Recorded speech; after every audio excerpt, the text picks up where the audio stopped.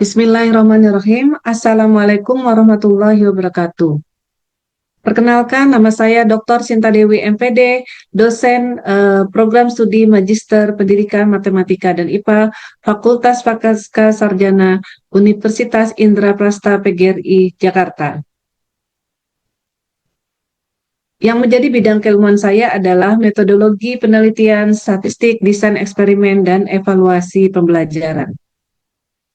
Pada kesempatan ini, izinkan saya memaparkan pernyataan diri dosen dalam unjuk kerja Tridharma Perguruan Tinggi, khususnya bidang pengajaran, pada mata kuliah desain eksperimen dengan beban studi sebesar 3 SKS dan pertemuan sebanyak 16 kali. Teknik pengajaran yang saya gunakan adalah DIA, Delivery, Interaction, and Assessment, adanya penyampaian materi, interaksi antara dosen dan mahasiswa yang aktif, kemudian terdapat aspek penilaian. Model pembelajarannya adalah model pembelajaran project-based learning yang menekankan keterlibatan aktif mahasiswa dan keterkaitan dengan konteks nyata melalui proyek yang kompleks dan bermakna. Pada mata kuliah ini, mahasiswa belajar teori, prosedur, jenis-jenis penelitian eksperimen, analisis uji persyaratan, dan analisis data uji perbedaan pada penelitian eksperimen yang dapat digunakan sebagai tugas akhir atau tesis. Yang menjadi capaian pembelajaran lulusan mata kuliah ini, yang pertama menerapkan nilai-nilai universitas yang peduli, mandiri, kreatif, dan adaptif. Yang kedua, mengembangkan pengetahuan dan keterampilan dalam bidang MIPA untuk menghasilkan karya inovatif dan teruji. Keempat, mengembangkan pengetahuan dan teknologi dalam pedagogi, filsafat, serta konsep-konsep MIPA atau praktik profesionalnya melalui riset hingga menghasilkan karya inovatif dan teruji. Dan terakhir, mengelola riset dan pengembangan yang bermanfaat bagi masyarakat dalam didaktik MIPA beserta inovasinya berbasis TIK serta mampu mendapatkan pengakuan nasional dan internasional. Capaian pembelajaran mata kuliah ini adalah yang pertama, mahasiswa mampu memahami teori desain prosedur eksperimen validitas internal dan eksternal. Yang kedua, memahami desain penelitian eksperimen. Yang ketiga, memahami teori contoh dan jenis penelitian eksperimen, menganalisis pengujian perbedaan rata dua sampel berpasangan, menganalisis pengujian perbedaan rata dua sampel bebas, menganalisis pengujian ANOVA satu jalan. Mahasiswa mampu memahami pengujian peserta analisis penelitian eksperimen, menganalisis pengujian ANOVA 2 jalan, faktorial desain 2x2 dan 3x2, menganalisis pengujian ANOVA 2 jalan, treatment by level desain 2x2 dan 3x2, menganalisis pengujian MANOVA 1 jalan. Yang menjadi bahan kajian mata kuliah ini, yang pertama teori desain eksperimen, validitas eksternal dan validitas internal, desain penelitian eksperimen, jenis penelitian eksperimen, perbedaan rata dua sampel berpasangan, perbedaan rata dua sampel tidak berpasangan, ANOVA satu jalan, analisis uji prasyarat, ANOVA 2 jalan faktorial desain 2x2 dan 3x2, ANOVA 2 jalan treatment by level desain 2x2 dan 3x2, dan terakhir adalah MANOVA 1 jalan. Aspek penilaiannya adalah proporsinya penugasan 10%, kehadiran 10%, UTS 30%, dan UAS 50%. Adapun instrumen penilaian yang digunakan adalah tes untuk mengukur aspek kognitif mahasiswa, non-tes untuk mengukur aspek efektif, dan yang terakhir rubrik penilaian untuk mengukur aspek psikomotor mahasiswa. Berikut adalah referensi yang digunakan dalam mata kuliah ini. Yang pertama adalah buku dan tes desain eksperimen dan analisis data, buku Kadir, statistika terapan, buku Riyadi Edi, statistika penelitian, buku Budiono, statistika untuk penelitian. Berikut adalah buku pribadi saya sendiri yang berjudul Metode Penelitian Kuantitatif dan Desain dan Analisis Eksperimen. Saya juga menyajikan konten edukasi YouTube untuk mendukung pembelajaran yang bisa diakses oleh mahasiswa dan masyarakat. Baiklah, berikut saya tampilkan proses video pembelajaran dengan materi ANOVA 2 jalan, faktorial desain 2x2. Selamat menyaksikan. Bismillahirrahmanirrahim. Assalamualaikum warahmatullahi wabarakatuh. Waalaikumsalam warahmatullahi wabarakatuh. Gimana kabarnya teman-teman hari ini? Alhamdulillah sehat. Semoga terus semangat belajar tentang desain eksperimen ya, karena termasuk mata kuliah yang mudah bukan? Mudah. Nanti kita pastikan terus setiap kita belajar bahwa desain eksperimen ini adalah mata kuliah yang sangat-sangat mudah. Nah, sebelumnya kita berdoa dulu ya sebelum mulai. Mari kita berdoa.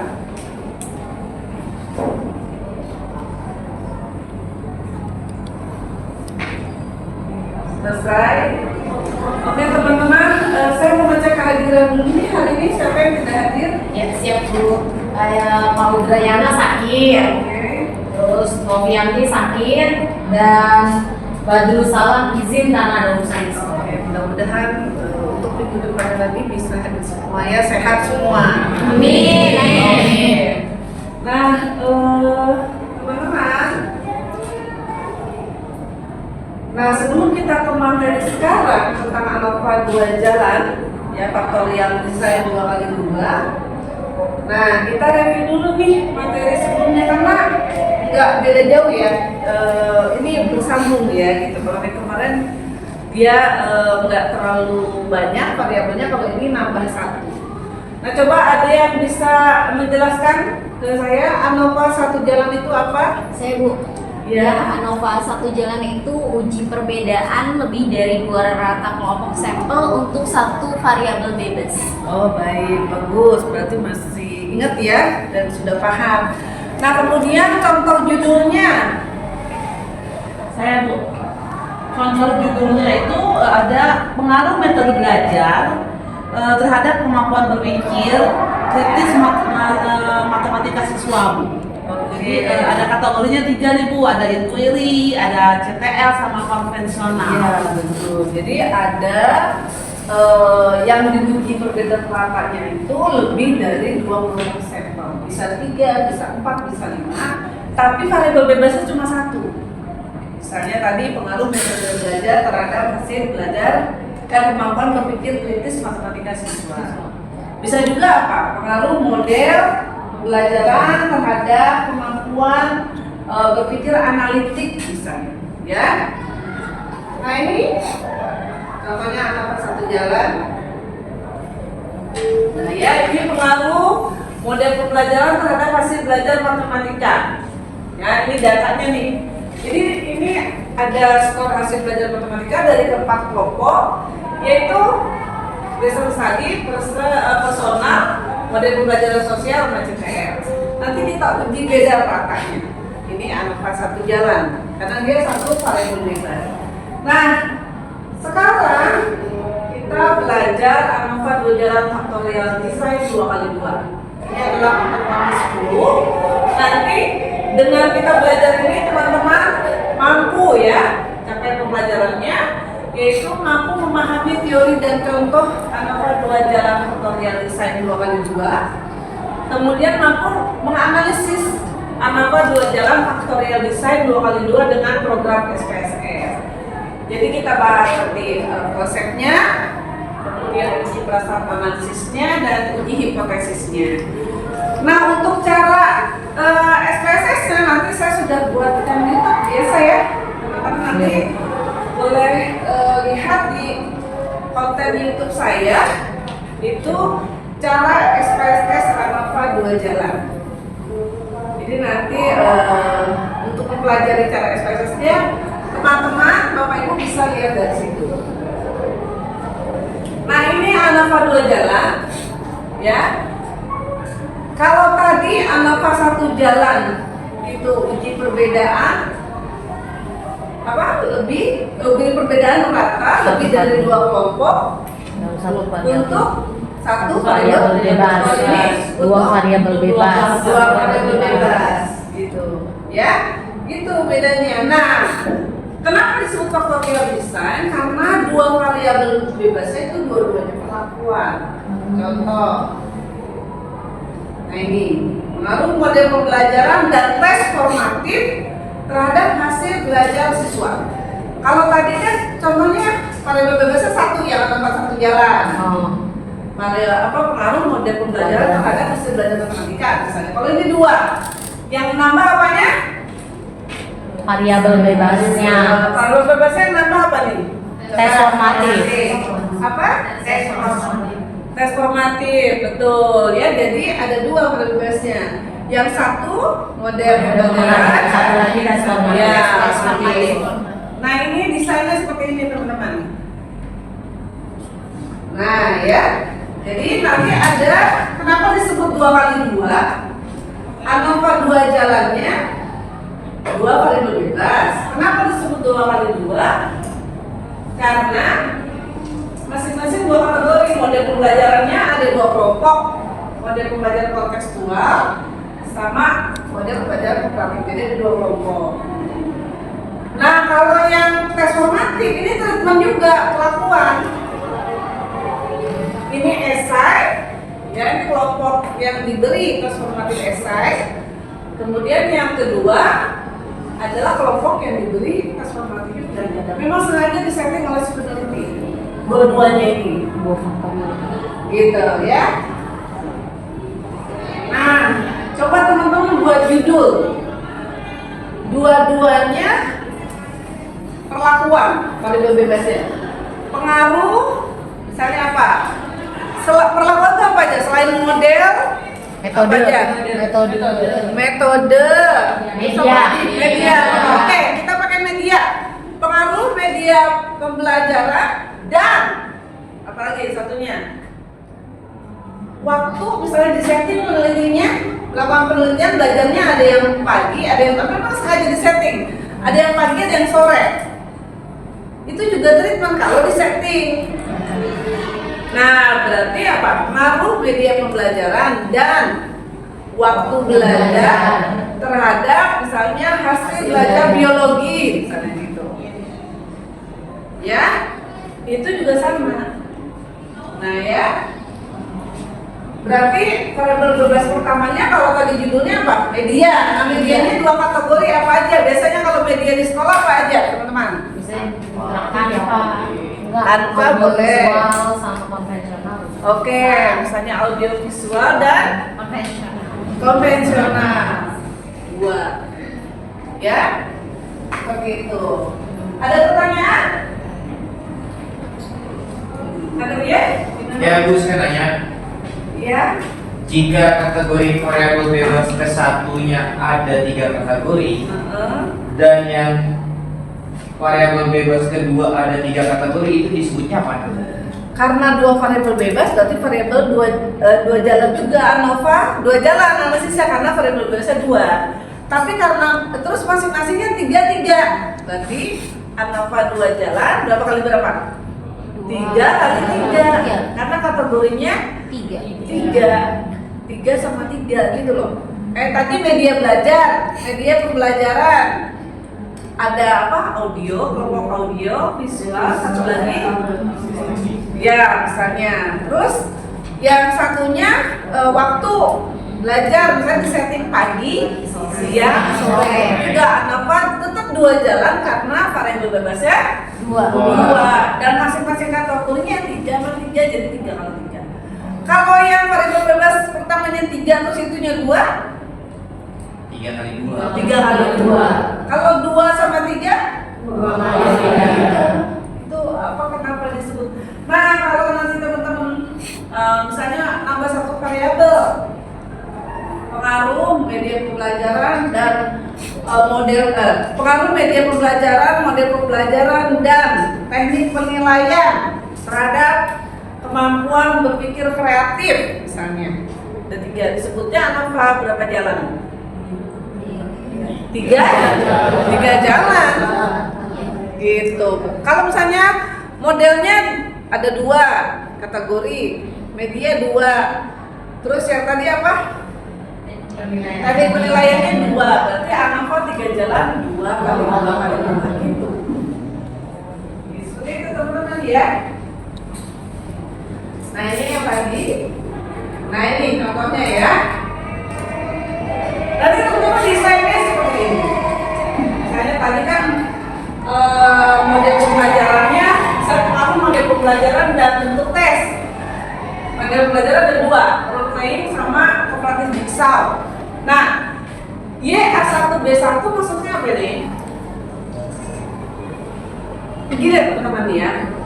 Tadi kan misalnya pengaruh model pembelajaran dan bentuk tes terhadap kemampuan berpikir kritis. Nah, jadi kalau penelitian eksperimen itu treatment diberikan lalu diukur apanya? Kemampuan berpikir kritisnya. Yang nanti teman-teman tahu di sini untuk nanti diolah data yang menggunakan apa adalah kemampuan berpikir kritisnya, Y-nya. Jadi uji perbedaan untuk skor kemampuan berpikir kritis gitu. Jadi kalau A1 untuk kelompok siswa yang diberi model pembelajaran baik, kalau A2 kelompok siswa yang diberi model Jigsaw, kalau B1 kelompok siswa yang diberi penilaiannya betul. teknik Kalau A1 B1 lihat ini. Berarti kelompok siswa yang diberi model pelajaran ya diukur tesnya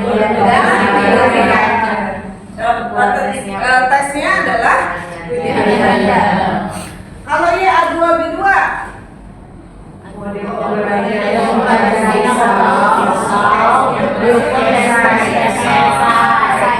gitu ya.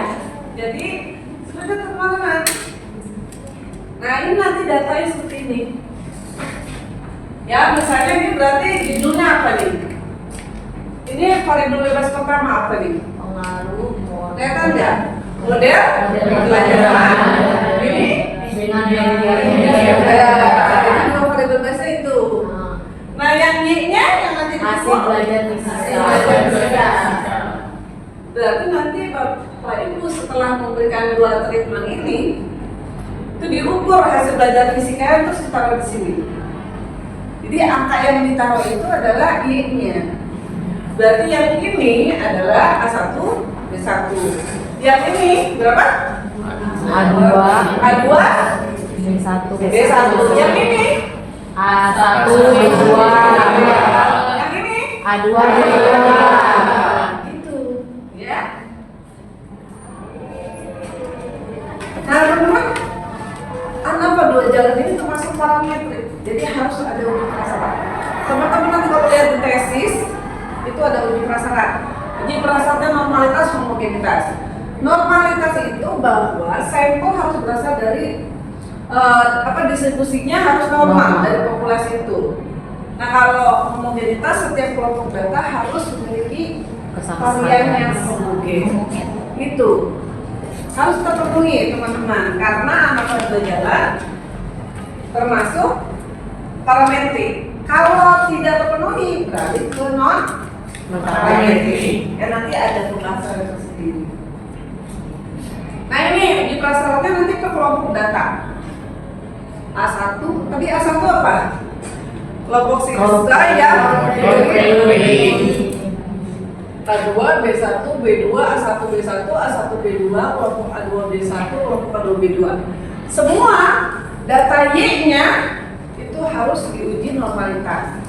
Nanti homogenitasnya antar kelompok A1 sama A2 homogen atau enggak, B1 sama B2 homogen atau tidak, kemudian A1 B1, A1 B2, A2 B1 dan A2 B2 gitu teman-teman.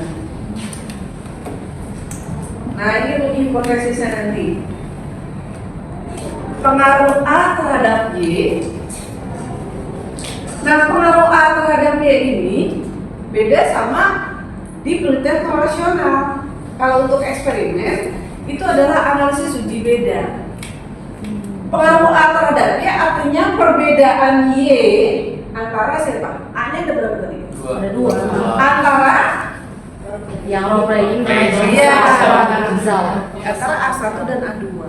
Kalau pakai bahasa lengkapnya, terdapat perbedaan signifikan hasil belajar fisika antara kelompok siswa yang diberi model pembelajaran role playing dan model pembelajaran Jigsaw. Gitu teman-teman. Nah, pengaruh B terhadap Y.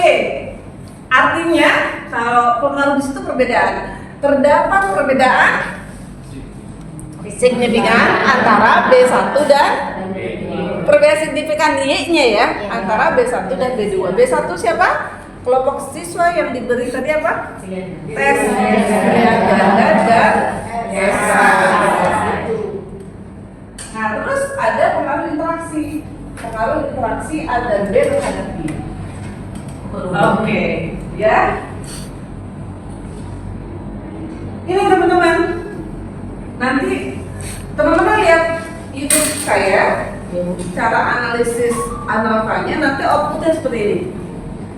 Ya, tabelnya ada 2. Yang ini test of between subject effect. Nah, untuk hipotesis pertama pengaruh A terhadap Y, teman-teman lihat sini. Signifikansinya dilihat berapa ini? 0,19. Kalau kurang dari 0,05 berarti Signifikan. signifikan. Berarti signifikan. Terdapat pengaruh signifikan A pada model pembelajaran terhadap hasil belajar dari siswa. Kalau pengaruh B terhadap Y 0. 0,00. Signifikan atau enggak? Signifikan. Kalau A pengaruh interaksinya 0,06. kalau lebih dari 0,05 kurang Signifikan. gitu ya. Nah, ini adalah hipotesis simple effect-nya. Gitu. Terdapat perbedaan Y antara A1 dan A2 khusus B1. A1 dan A2 khusus B1 berarti A1 sama B1. Terus dia dengan apa nih? A2 B1. A2 B1. A2 B1. Nah, teman-teman lihat dari sini. Kelihatan nggak ini? Nah, nih. Itu apa tadi? A1 B1. A2 B1. A1 B1, A2 B1. Ini berarti signifikannya. Berarti signifikan. 0,02. Berarti signifikan nggak? Signifikan. Signifikan. Ini signifikan.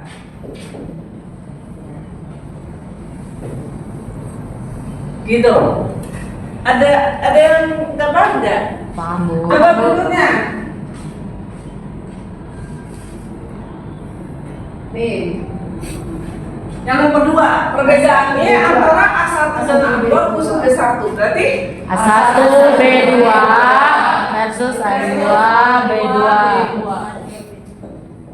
dan A2 B2 Bu. A2 B2. itu. Kita lihat tabel. Kita lihat lagi outputnya, ya. A1 B2. Nah, Di kolom 2. A1 B2 A2 B2. A2 B2 A1 B2 A2 B2 set nih 0,959. 89 aja ya. 89. Berarti lebih dari 0,5. Berarti tidak Signifikan. signifikan. Gitu ya. Tidak signifikan. Nah, berikutnya juga sama teman-teman caranya. Gitu. Ya. Seperti itu. Ada pertanyaan? Nah, kalau yang berikutnya nih teman-teman ya, ada 2 lagi. Perbedaannya antara B1 B2 khusus A1. Berarti apa? B1 Yang kita A1. saat dulu. Oh, tetap A1. A1 A1 B1, A1 B2. A1 A1 B2. dan A1 B2. Kalau yang berikutnya A1 B1 versus A1 B2. gitu. Nanti caranya Kita cek melihat lagi outputnya tabelnya. seperti itu. A2. Iya, ya nanti karena di tabelnya A dulu semua. gitu ya. A1 B1. Jadi ada berapa hipotesis teman-teman coba lihat. Yang pengaruh utamanya 2, pengaruh interaksi 1. Jadi ada 3 basis. kemudian yang ini tadi ada berapa? 4. Jadi ada berapa? 7. Gitu nanti hipotesisnya ada 7. Gitu ya. Oke, nah.